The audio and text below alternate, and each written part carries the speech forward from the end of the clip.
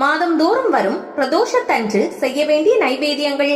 சித்திரை இந்த மாதத்தில் வருகிற பிரதோஷ நாட்களில் நீர்மோரும் தயிர் சாதமும் இறைவனுக்கு நிவேதனம் செய்து நிவேதிக்கப்பட்ட நீர்மோரையும் தயிர் சாதத்தையும் விளையாட்டு பிள்ளைகளுக்கு தானம் செய்ய வேண்டும். பலன்: மூலம், பௌத்திரம், சூடு, எலும்புருக்கி போன்ற நோய்கள் நீங்கும். வைகாசி பாலையும் சர்க்கரை பொங்கலையும் இறைவனுக்கு நிவேதித்து பின் தானம் செய்ய வேண்டும். பலன்: வயிறு சம்பந்தப்பட்ட அனைத்து நோய்களும் நம்மை விட்டு அகன்றுவிடும். ஆனி தேனும் திணைமாவும் கொண்டு ஈசனாக்கு நிவேதனம் செய்ய வேண்டும். பலன்: மலட்டுத்தன்மை நீங்கும்.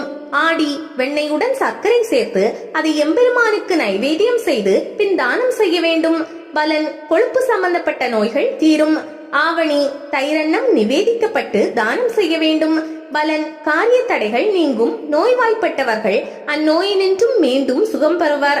புரட்டாசி சர்க்கரை பொங்கலும் புளியோதரையும் நிவேதிக்கப்பட்டு தானம் புரிதல் வேண்டும். பலன்: அரிப்பு, தடிப்பு, ஊறல், விஷக்கடி போன்ற தொல்லைகள் நீங்கும். ஐப்பசி உளுந்து வடையும் இனிப்பு பண்டமும் இறைவனுக்கு நிவேதிக்கப்பட்டு தானம் செய்தல் வேண்டும். பலன்: சீதள நோய் விலகும். கார்த்திகை எலுமிச்சை சாதமும் தேங்காய் சாதமும் இறைவனுக்கு நிவேதிக்கப்பட்டு தானம் செய்திடல் வேண்டும். பலன்: பெண்களுக்குரிய கற்ப சம்பந்தமான நோய்கள் நீங்குவதுடன் அடிவயிற்றிலிருந்து தொடைப்பகுதி வரையிலான நோய்கள் நீங்கும். மார்கழி வெண்பொங்கலும் கடலை சுண்டலும் இறைவனுக்கு நிவேதனம் செய்து தானம் செய்யப்பட வேண்டும். பலன்: மஞ்சள் காமாலை, ஆஸ்மா போன்ற நோய்கள் விலகும்.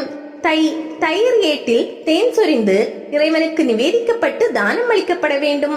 பலன்: கபத்தால் வரும் வியாதிகள் நீங்கும். மாசி நெய்யுடன் கலந்து ஈசனாக்கு நிவேதிக்கப்பட்டு தானம் செய்ய வேண்டும். பலன்: மந்தம், வயிறு உப்புசம், சிறுநீரக கோளாறு ஆகியன தீரும். பங்குனி தேங்காய் சாதமும் தக்காளி சாதமும் பெருமானுக்கு நிவேதிக்கப்பட்டு தானம் செய்ய வேண்டும். பலன்: பித்தம், பைத்தியம் முதலிய நோய்கள் நீங்கும்.